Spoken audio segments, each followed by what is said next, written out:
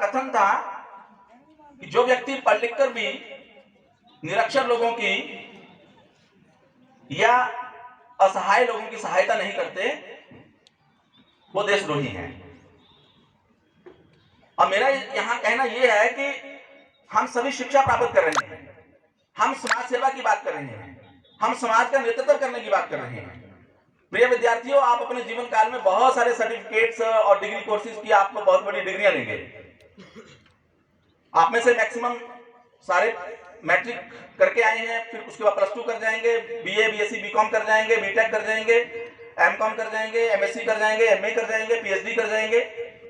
मेरा आप सभी से आह्वान है कि जीवन में सबसे पहले साथ साथ एक कोशिश ये करना कि जो भी सर्टिफिकेट, जो भी प्रमाण पत्र, जो भी उपाधियां आप इकट्ठी करेंगे वो आपके जीवन के लिए कम से कम जरूर लाभ दें।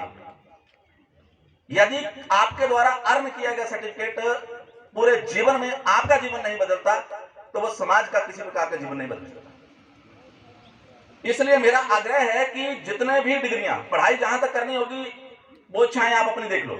हर व्यक्ति का अपना एक प्रपोजल होता है, लेकिन जो शिक्षा हमारे करियर के लिए हमारी मदद नहीं करती, हम समाज सेवा करने के लिए उस दिन ज्यादा सफल हो जाते हैं जिस दिन हम स्वयं सफल हो जाते हैं। तो मेरा आग्रह आप सभी से यह है कि स्वयं की सफलता को भी आप मद्देनजर रखते हुए समाज कार्यों में भी ध्यान दें, करियर के लिए ध्यान दें। आप मजबूत बनेंगे। आज आप यहाँ पर 636 वॉलंटियर्स हैं, आप में से 10 साल के बाद 636 में से जितने सफल व्यक्ति होंगे, हमारा हिमाचल का समाज उतना ही सशक्त समाज अगले 40 वर्षों के लिए होगा। आप में से 636 में से जितने किसी कारणवश अज्ञानता में रह जाएंगे, अंधेरे में रह जाएंगे, जागरूकता की कमी से रह जाएंगे और 10 वर्षों तक कहीं पर अपने लिए कहीं ना कहीं पर आप अपने आप को स्थापित नहीं कर पाएंगे, हमारी 1 वर्ष की टीम जो है हिमाचल प्रदेश की वो और 40 वर्षों तक जो है आर्थिक अभावों से जूझती रहेगी। तो मेरा आपसे आग्रह ये है कि करियर के साथ साथ स्वयं कुछ बने, स्वयं कुछ बनेंगे, सब कुछ अपने पास आ जाता है, समाज को देने के लिए भी हम लोग बहुत कुछ काबिल हो जाते हैं। तो काबिल बनना है नेतृत्व के लिए मैं ये भी कहना चाहता हूँ। दूसरी बात मैं आपको कहना चाहूंगा कि हमें देश समाज की हमें क्यों चिंता करनी है, हमें देश राष्ट्र और समाज की सेवा क्यों करनी है।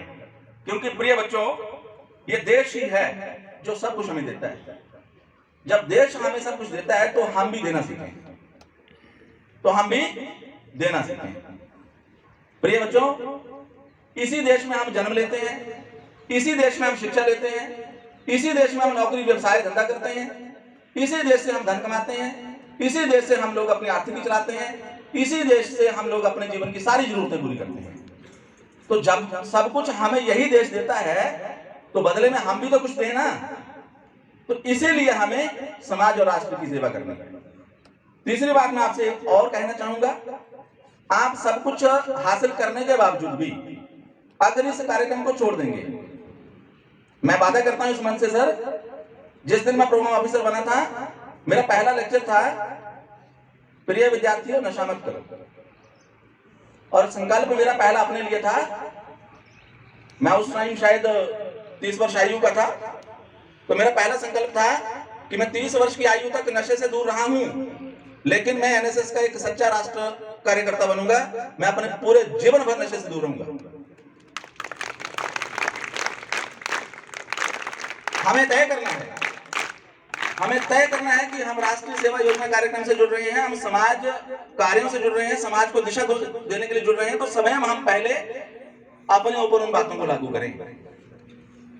दूसरी बात मैंने कही कि आपके पास आपने शिक्षा के बाद आपने धन कमाया, व्यापार से कमाया, नौकरी से कमाया, किसी भी तरीके से कमाया, फिर भी समाज को कुछ नहीं दें, छोड़ दें सारे कार्यक्रम, सामाजिक कार्यक्रमों में जाना छोड़ दें, पीड़ित लोगों की सहायता करना छोड़ दें, पड़ोसी की मदद करना छोड़ दें, वही हमारे जो है वो कठिन समय में काम आता है। तो क्या होता है प्रिय विद्यार्थियों, हमसे अगर एग्जाम्पल में हम देखें तो एक माली पौधा लगाता है, माली हो सकता है कि उसके पास मैट्रिक का, 10वीं का, +2 का, बीए का, एमकॉम का सर्टिफिकेट नहीं होगा उसके पास, हो सकता है वो निरक्षर हो। एक माली पौधा लगाता है, फलदार पौधा लगाता है, बड़ा हो जाता है, एक समय ऐसा जाता है कि उसको फल लगने शुरू हो जाते हैं। वो पौधे लगाता जो बगीचा लगा देता है, बगीचे में 100, 200, 400 पौधे वो लगा देता है, और उन 400-500 पौधों में जो है फल आने शुरू हो जाते हैं, और कहीं जाकर उसके मन में एक ये बात आ जाए 15 वर्षों के संघर्ष के बाद कि ये पौधे मैंने लगाए, ये बगीचे मैंने लगाए, ये फल जो है वो मेरे लगाए हुए लगे, ये फल जो है मेरे हैं, इन फलों को मैं ही खाऊंगा, इन फलों को मैं किसी को नहीं दूंगा, तो क्या होगा? क्या होगा? इन फलों को मैं ही खाऊंगा, किसी को नहीं दूंगा, क्या होगा? या तो वो खा खा के मर जाएगा, या वो सारे ही खाते खाते समय 1-2 महीने के अंदर गिर गिर के सड़ जाएंगे। यही जीवन की सच्चाई है। जब हमारे पास सब कुछ आ जाता है, फिर हम बोलते हैं कि मेरा ही है। हम उस पिछले एनएसएस के कैंप को भूल जाते हैं कि हमें प्रेरणा कहां से मिली थी। हम शिक्षकों को भूल जाते हैं कि हमें जो है वो अक्षर ज्ञान किसने दिया था। हम परीक्षा में उत्तीर्ण कैसे हुए, करियर कैसे हमने बदला, उसको भी भूल जाते हैं। और जब हम सारी चीजें भूल जाते हैं और कहते हैं कि पेरेंट्स का योगदान कोई नहीं, समाज का योगदान कोई नहीं, शिक्षक का योगदान कोई नहीं, पड़ोसी का कोई नहीं, बहन का कोई नहीं, भाई का कोई नहीं, और उसके बाद जो कुछ था ये मैंने ही किया, तो जब व्यक्ति मैंने किया और मेरे लिए है इस सोच पे आ जाता है, तो उस समय हमारा राष्ट्र, समाज, विकास सब अवरुद्ध हो जाता है और हम राष्ट्रीय सेवा योजना के कार्यक्रम से स्वतः दूर हो जाते हैं। क्योंकि राष्ट्रीय सेवा योजना का उद्देश्य यही है, नॉट मी बट यू, और हम उसको बदल देते हैं कि not you, it is only for me. तो इस लाइन से हमें बाहर निकलना है। हमें जितनी हमारी क्षमता है उस क्षमता से स्वयं को भी हमें मजबूत बनाना है, और हमें उसके अपने अर्न की ओर से कुछ ना कुछ हमें समाज के लिए भी समय समय पर योगदान देना है। यह जरूरी नहीं कोई धन से योगदान दे। आज बहुत सारी चिंताएं विषय में है, उसी पे मैं 2 मिनट बात करूंगा, फिर अपनी बात को मैं विराम दूंगा, क्योंकि मुझे आप सभी को ऊना जिला में स्वागत करना था आप सभी का, मैं इसलिए यहाँ आया। मेरा कोई विषय आज कोई इतिहास का मेरा विषय रहता है, लेकिन मैं इतिहास की बात करने नहीं आया था। आप सभी का यहाँ पर मैं स्वागत करने ही आया था। प्रिय वॉलंटियर्स, एक कार्यक्रम को आप अपने अपने स्कूलों में एक मुहिम का हिस्सा बनाएं। मैं उसके लिए सर ने टॉपिक पे आपको अनाउंस किया, role of NSS volunteer in environment protection, पर्यावरण संरक्षण में स्वयंसेवकों की भूमिका कैसी होनी चाहिए, क्यों होनी चाहिए, उस पर थोड़ी सी बात करूंगा। प्रिय विद्यार्थियों, आप में से सिरमौर जिला से विद्यार्थी यहाँ आए होंगे। मैं सैल्यूट करता हूं एक ऐसी पर्यावरणविद जिला सिरमौर से संबंध रखने वाली किंकरी देवी को, जिन्होंने पहाड़ों में पर्यावरण संरक्षण का संदेश दिया और पूरे हिमाचल और पूरे हिमालय क्षेत्र का नाम रोशन करने के लिए। जो विद्यार्थी किंकरी देवी के व्यक्तित्व से परिचित नहीं है, मैं उनके साथ बात साझी करना चाहूंगा। सिरमौर जिला के संगड़ा उपमंडल के गांव घाटों के पास 4 जुलाई 1940 में किंकरी देवी जी का जन्म हुआ। एक दलित परिवार से संबंध रखती थी, अनपढ़ महिला थी, लेकिन अनपढ़ नहीं थी, वो मैं अंतिम लाइन में क्लियर करूंगा। रोजगार का साधन कोई नहीं था। 15 वर्ष की आयु में एक बंधुआ मजदूर शामू नाम के मजदूर के साथ विवाह हुआ। मात्र 26 वर्ष की आयु थी, लगभग 1965 के आसपास, जब पति का देहांत हो गया, विधवा हो गई। किंकरी देवी लोगों के, महिलाओं के साथ संपर्क में, महिला मंडलों से जुड़ के जागरूकता उसको मिली। 1980 का एक ऐसा जमाना आया जब 1980 में पाउंटा की मैदानी क्षेत्र की जो कुछ खनन की जो ठेकेदारों की जो घुसपैठ है, वो संगड़ा क्षेत्र की पहाड़ियों में हुई, और उन्होंने वहां पर दिन रात अवैज्ञानिक तरीके से खनन करने वाले 60 से ज्यादा, जो वहां पर जिसे हम कह सकते हैं खनन उद्योग जो है या माइनिंग जो मशीनें हैं, वहां पे लगा दी। पहाड़ का नेचर बदलने लगा, वहां पर प्रदूषण बढ़ने लगा, पेड़ पौधों पर डस्ट बैठने लगी, जलाशय हमारे और वहां की जो बावड़ियां थी उनके पेयजल स्रोत खराब होने लगे, बुजुर्ग लोग जो हैं अस्थमा और बच्चे जो हैं वो खांसी की बीमारी से पीड़ित होने लगे। सबको चिंता थी, लेकिन इस बात को किंकरी देवी ने बहुत गंभीर समझा अपने समाज के लिए, अपने उस क्षेत्र के लिए। किंकरी देवी ने एक मुहिम चलाई कि ये जो अवैध खाने हैं ये बंद होनी चाहिए, जो रात को ब्लास्ट करती हैं, लोगों की नींद हराम होती है। और एक विषय उन्होंने पकड़ लिया कि जल, जंगल और पहाड़ को बचाओ। किंकरी देवी का स्लोगन बता रहा हूं आपको मैं। जल जंगल और पहाड़ को बचाओ। और ये मुहिम शुरू में उस अकेली महिला ने शुरू की और हर घर की महिला उस मुहिम से जुड़ी। प्रिय विद्यार्थियों, आपके ध्यान में लाना चाहूंगा, एनजीओ बनाई गई 1985 में, एक गैर सरकारी संस्था। उसके बावजूद भी जो अवैध खनन करने वाले लोग थे वो नहीं रुके। 1990 में किंकरी देवी शिमला पहुंची कुछ लोगों के सहयोग से, और वह शिमला के हाई कोर्ट के गेट पर बैठ गई। 15 दिनों तक उन्होंने वहां पर अनशन किया। जब उन्होंने 15 दिनों तक वहां अनशन किया तो हाई कोर्ट के चीफ जस्टिस ने स्वतः ही कुछ अपने लोगों को भेजकर उसकी डिमांड्स पूछी कि डिमांड क्या है। और उनकी डिमांड एक ही थी कि हाई कोर्ट जो है सिरमौर की अवैध खनन को बंद करे। स्वतः संज्ञान लेते हुए हाई कोर्ट ने 1990 में 61 जो अवैज्ञानिक खाने थी वो बंद कर दी, माइनिंग्स। बहुत मजबूत लोग थे, धनवान लोग थे जिनके वो माइनिंग्स थी, क्रशर थे, वो सुप्रीम कोर्ट चले गए। इस महिला के पास, अपने वकील के पास या शिमला में कागज पहुंचाने के लिए कोई धन नहीं होता था। लोगों से पैसे इकट्ठे कर करके शिमला कोर्ट के चक्कर लगाती थी। और 1995 में सुप्रीम कोर्ट का वर्डिक्ट आया। 61 में से 58 जो माइनिंग्स थी वो सुप्रीम कोर्ट ने टोटली बंद कर दी हिमाचल के अंदर, और वो सिरमौर जिला जो है वो अवैध माइनिंग से मुक्त हुआ। असली कहानी इससे आगे शुरू होती है। ये किंकरी देवी कौन थी? 1998 में उसकी स्टोरी जो है न्यूज़पेपर में छपी।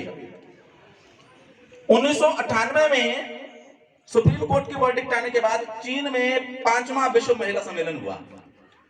बीजिंग नगर में यह हुआ सम्मेलन। उस सम्मेलन में Kinkri Devi was invited as a member of environment protection campaign committee. और उस बीजिंग चाइना में किंकरी देवी ने जाकर रिप्रेजेंट किया। और इस किंकरी देवी के बारे में मैं आपको एक बड़ी रोचक बात बताना चाहूंगा। When the programme was being started, जब यह कार्यक्रम अंतरराष्ट्रीय महिला दिवस का जो कार्यक्रम शुरू हुआ बीजिंग के अंदर, उस कार्यक्रम की अध्यक्षता कर रही थी विश्व की प्रथम महिला हिलेरी क्लिंटन। और हिलेरी क्लिंटन को जिस समय किंकरी देवी के योगदान के बारे में पता चला, then Hillary Clinton down to the dais, वो मंच से नीचे उतरी, picked up the hand of Kinkri Devi का हाथ पकड़ा और उनको मंच पर लेके आई। And Kinkri Devi was offered to lightning the lamp of international women conference. तो हिमाचल की ऐसी पर्यावरणविद जिसने विश्व अंतरराष्ट्रीय महिला सम्मेलन का शुभारंभ किया 1998 के अंदर, मैं बता रहा हूं, उनके इस कंट्रीब्यूशन से विश्व की महिलाओं को सशक्तिकरण करने का संदेश मिला। और निरक्षर शब्द क्या होता है ये उसकी डिक्शनरी से हट गया। मैंने शुरू में बात की थी कि उसको निरक्षर माना गया, अनपढ़, लेकिन वो वहां रिप्रेजेंट करके आई। 2001 में भारत सरकार को इस महिला के व्यक्तित्व से बहुत प्रेरणा मिली और उनका बायोडाटा मंगाया गया। और भारत सरकार ने 2001 में किंकरी देवी को रानी झांसी स्त्री शक्ति राष्ट्रीय पुरस्कार से नवाजा। प्रिय विद्यार्थियों, वर्ष 2007 में चंडीगढ़ में पीजीआई में उपचाराधीन होने वाली किंकरी देवी का निधन हुआ। She was illiterate on documented paper, but she taught the all world about environment. How we can consider her illiterate? This is my final question of research, जो मैंने आपके बीच में लिखना था। 3 बातें आपको मैं डाटा के तौर पे कहूंगा, क्यों एनवायरमेंट प्रोटेक्शन के लिए काम करना है और चैलेंज क्या है। Everyone missing the concept of global warming. Global warming क्या है? हमारे पूरे ब्रह्मांड का अर्थ का टेम्परेचर बढ़ रहा है। क्यों बढ़ रहा है? 3 कारणों से। वनों का उन्मूलन हो रहा है, वन जो है उजड़ रहे हैं, जलाशय हमारे खराब हो रहे हैं, बड़े बड़े बांध जो है हमारा स्पेस खराब कर रहे हैं, और इसी के कारण जो है हमारी जो फर्टिलाइजर्स और केमिकल्स हैं ये हमारी अरेबल लैंड को, कृषि योग्य भूमि को खत्म कर रहे हैं। अगर ये सिलसिला इसी प्रकार से चलता रहा और हमारे वन जंगल जो खत्म होते रहे, तो आज वर्तमान में भारत में 19% भूमि के ऊपर वन बचे हैं। जबकि हमारी नेशनल फॉरेस्ट पॉलिसी कहती है कि देश में एटलीस्ट जो है 33% वन होने चाहिए ज्योग्राफिकल एरिया। तो एक बहुत बड़ा एक चुनौती है, इसलिए मैंने आपसे आग्रह किया कि हमें वनों की सुरक्षा और वनों के वनीकरण को बढ़ाने के लिए जो है पौधारोपण कार्यक्रमों को विशेष तौर पर हमें लेना है और एनवायरमेंट प्रोटेक्शन के लिए हमें काम करना है। एक बात आपको मैं ऐड करके कहना चाहूंगा, बहुत सारे लोगों को लगता है कि वन लगाने का तो समय जो है वो बरसात में आता है, बरसात में लगाएंगे उसके बाद सारा साल क्या करेंगे। भाई गर्मी का समय आता है, हम लोग कम से कम इतने कैंपेन चला के जंगलों को आग से तो बचा सकते हैं ना। तो वो भी हमारा पर्यावरण संरक्षण है, वो भी हमारा वनों का संरक्षण है। सस्टेनेबल डेवलपमेंट की पॉलिसीज आज गवर्नमेंट लेके आ रही है। आप में से इकोनॉमिक्स के बच्चे होंगे बहुत सारे। सस्टेनेबल डेवलपमेंट क्या है? सतत विकास या धारणीय विकास वह विकास है कि हमें प्रकृति की छेड़छाड़ किए बिना जो विकास करना है। हमें उतने ही साधनों का यूटिलाइजेशन करना है जितने साधन हमारे लिए आवश्यक है। आज हम लोग व्यर्थ की ऊर्जा जो है खर्च करते हैं। इवन कि अगर कोई लाइट का सोर्स हमारे पास 5 या 6 बल्ब है या 5 बल्ब हम इलेक्ट्रिसिटी का यूज करते हैं, तो वो अनवांटेड सुबह 10 बजे चलते रहते हैं, लेकिन हम उनका स्विच ऑफ नहीं करते, हम इलेक्ट्रिसिटी सेव नहीं करते, हम सोर्स ऑफ एनर्जी सेव नहीं करते। ऐसे सभी कार्यक्रमों को आप जो है एक प्रचार का आप हिस्सा बनाएं और एनएसएस वॉलंटियर्स जो हैं एनवायरमेंट प्रोटेक्शन में एक बहुत बड़ा अपना योगदान दें, क्योंकि ये एक बहुत ही नितांत आवश्यकता है। प्रिय विद्यार्थियों, ये इसलिए आवश्यक है क्योंकि इट इज प्रेडिक्टेड बाय 2040 के आसपास total earth temperature will increase by 2.5% to 5% of the present scenario. 2.5 से लेकर 5 डिग्री तक जो है टेम्परेचर अर्थ का बढ़ जाएगा। और अगर ऐसा संभव होगा, कहीं ऐसा कहीं हो गया तो ग्लेशियर पिघलेंगे, नदियों में ज्यादा पानी आ जाएगा, वाटर लेवल सी लेवल जो उठ जाएगा, बहुत सारे समुद्री द्वीपों का नामो निशान मिट जाएगा और उसके कारण अरेबल लैंड जो है वो बहुत कम हो रही है। खाद्य पदार्थ पैदा करने वाली जो भूमि जो हमारी बच रही है वो या तो जो है वो लवणीकरण के कारण खराब हो रही है या डेजर्टिफिकेशन हो रहा है। डेजर्टिफिकेशन मींस मरुस्थलीय भूमि बन रही है। तो जब प्रोडक्टिविटी की लैंड कम हो जाएगी, बड़े बड़े बांध बनाने का जो बार बार विरोध हो रहा है वो इसलिए हो रहा है। ये रेणुका में आजकल एक बड़ा आंदोलन चर्चा में है, न्यू चिपको आंदोलन। क्यों वो रेणुका के लोग विरोध कर रहे हैं बड़े बड़े बांधों का? क्योंकि वहां पर केवल पानी क्षेत्र जब आ जाता है किसी जमीन के ऊपर, तो वहां पर केवल जंगली खराब नहीं होते, वहां पर बहुत सारी वन्य जातियों का घर ठिकाना ही जो है वो खत्म हो जाता है। उनके घर को हम लोग कवर कर देते हैं वाटर शेड में। तो वाटर शेड के कारण फिर क्या हो जाता है, वो इकोलॉजिकल बैलेंस कर रहे हैं, वो जानवर भटक रहे हैं, दूसरे स्थान पर जा रहे हैं, वहां पर वो पर्यावरण के साथ अनुकूलन नहीं कर पा रहे हैं और बहुत सारी हमारी thousands of species of wild animals are in danger now. और एक समय ऐसा आ जाएगा कि हमारे जो पेड़ पौधे वनस्पति हमारे जो पेड़ पौधों की प्रजातियां हैं ये भी संकट में आ जाएंगी। और अगर ऐसा हो गया, एक ही बात आपसे पूछूंगा, दुनिया में प्रदूषण कौन कर रहा है? मानव ही कर रहा है ना।